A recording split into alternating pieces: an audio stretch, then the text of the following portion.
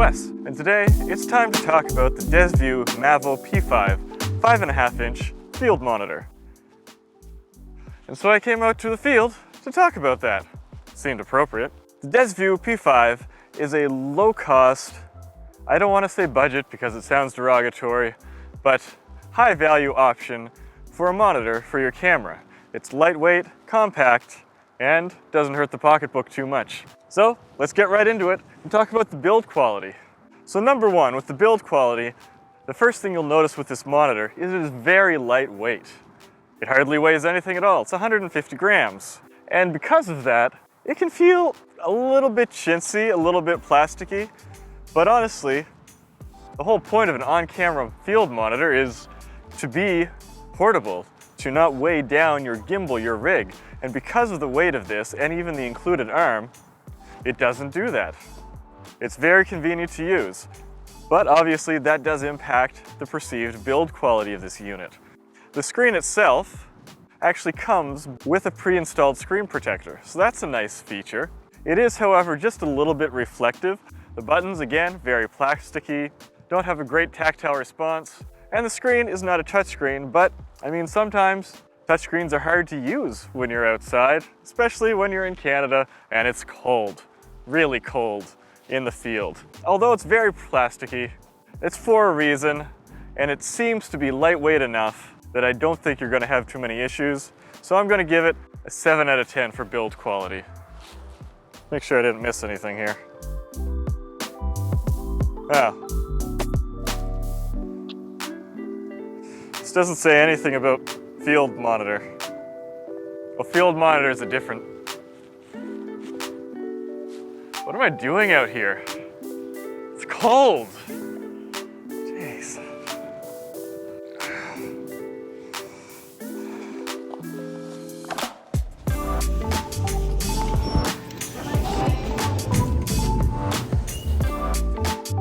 Whew. That's much better. All right, let's get plugged in here. There we go. Very nice. So, moving right along, let's talk about image quality. Since this is a monitor, that's pretty important, right? One thing that sets this budget price monitor apart from what might be the rest of its competition is the LCD panel that they're using. Instead of just sourcing some totally budget, run-of-the-mill, straight out of China LCD panel, they're actually using a Sharp IGZO IPS TFT display. What does that all mean? Well, basically, all you need to know is that means that it's a very high quality panel. It has good color accuracy, good color reproduction, specifically for the Rec. 709 color space. I don't want to say that this is an amazing panel for all uses. This is still just a 450 candela panel. Pretty much like every other low price camera monitor on the market. Also, 1000:1 contrast ratio. Super normal for that as well. And it's 1080p, which is a little bit unusual at this price point. Usually at this price point you're looking at 720p or even lower resolution. So that's pretty nice. I do have to say though, there is a noticeable lag in the display on this monitor. It's kind of slow, kind of choppy. That's not a big deal for a lot of circumstances. For my personal use, not a big deal at all. For some videography, cinematography use, I can see that being a problem. Yeah, there's probably a 1/3 of a second delay in there. It's quite a bit. Now, again, we're talking about a budget price device, so I don't want to be too hard on it, but that is going to lose a point for that. So overall, it's a pretty well-rounded display. Not super shiny, but a bit shiny with that screen protector on. Good colors, good accuracy, but just not crazy bright enough to really be used effectively outdoors. It's a 7 out of 10. Alright, let's go into the features. And before we say too much about the features, let's see what we get in the box for this. It's a pretty nice box. You got the cover. No points for being a nice box though. Thankfully it comes with a micro HDMI to HDMI as well as a mini HDMI to HDMI. That's delightful because they don't know what kind of camera you have. On the website it says that it comes with a carry case in the box, but I didn't get one of those. Unless this is the carry case, this piece of plastic. I hope not.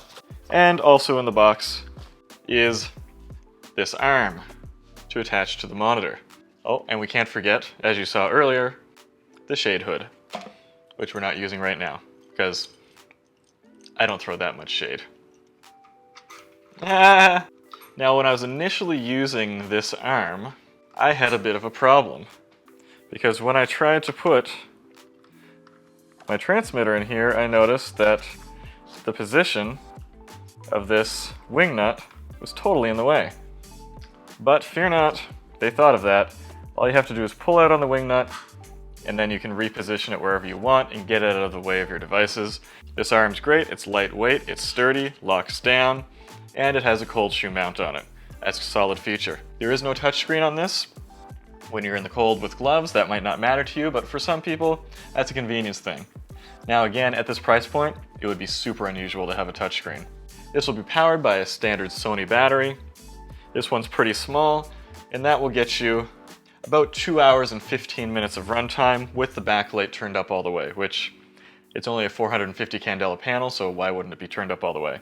You can use a much bigger battery on this. It'll just make your camera heavier, but it'll last a long time if you do that.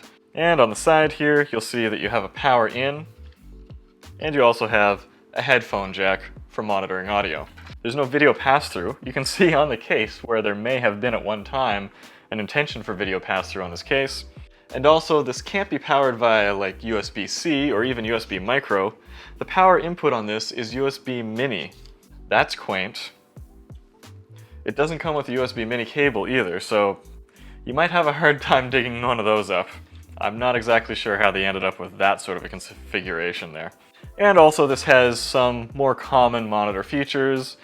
You've got false color, zebras, histogram, focus peaking. It will accept a 4K signal at 24 to 30p, downsample it to 1080. It says 1080-60, but it's not smooth enough for me to call it 60. It's not even 24, so I'm not exactly sure what's going on there. But again, that probably won't matter to you that much, but if it does, be aware of it. So overall feature set, for this category and for what it competes with, it's an easy 7 out of 10. It doesn't have everything, but I didn't expect it to have everything. Usability. And we keep coming back to lack of touchscreen. I shouldn't be harping on it because none of its competitors have a touchscreen. What it does have is this wheel to let you navigate the menus easily. You click the wheel to enter and to change functions. Very simple. And then there's an exit button to get back out. And then there are configurable hotkeys on the top that do things like change false color, turn off and on focus peaking, and turn on at present the center point. And again, those can be changed. So it's very easy to use, even with gloves on. One thing I have to say about the usability is this battery mount on the back, it is really finicky. It is super hard to get a battery into there. I've even seen a review online saying that you couldn't get any of his existing Sony batteries to fit in the back of this. I think he just didn't jam it in there hard enough. And honestly, sometimes I'm afraid of breaking this when I'm jamming the battery into it. So that's a bit frustrating. I might look and see if I can alter it with a Dremel tool to make it get in there better, but I'm not going to count any personal alterations to this to count towards its usability in any way. So overall, the usability, especially with the included arm, it's very easy to use, very straightforward. It's an 8 out of 10. And one point for the usability, when you first plug it into your camera, if you're using a Sony camera especially, it takes a long time for stuff to show up on the screen, especially if you press the playback button on your camera. It might seem like this is being very slow to respond. Well, I'm not saying this is the fastest monitor in the world. It's a bit of a confusion between your camera and this monitor. So if you switch your camera HDMI output from auto to straight 1080p, this will respond much more quickly. So when you go from taking an image, taking a video to playback, it's almost instantaneous. So if you're having an issue like that, just change your HDMI output on your camera to stabilize things. And last, value. That's where we expect this to do well, and this is where it does well. The regular price for this is $129. That kind of puts it in some pretty stiff competition. You have Feel World that has a lot of generic monitors, possibly not the highest image quality, but very competitive. You can get a 5-inch monitor, 1080p from them for 105 bucks. 5.7 closer to this, 130 bucks. It's about the same, nothing special. But you can also get the FeelWorld F7. It's a 1200p monitor, which would be a more appropriate aspect ratio for a Sony camera. As you can see on here, my sides have black bars on them because the Sony camera isn't actually 16:9 output because of the information on the top and bottom. You can use the monitor to zoom and make your image larger. However, then you're not necessarily able to monitor your settings as well. A 1200p monitor has a slightly taller aspect ratio would be better for a Sony camera, and that's only $129 as well, same price. But this, if you look around, can often be found for $99. That's pretty much the best price for a monitor of this size. And it has no major drawbacks, no major problems. Check the link in the description and see what else you can find. So overall, that gives us a value of 10 out of 10, because this is very cost effective, and a total score of 39 out of 50.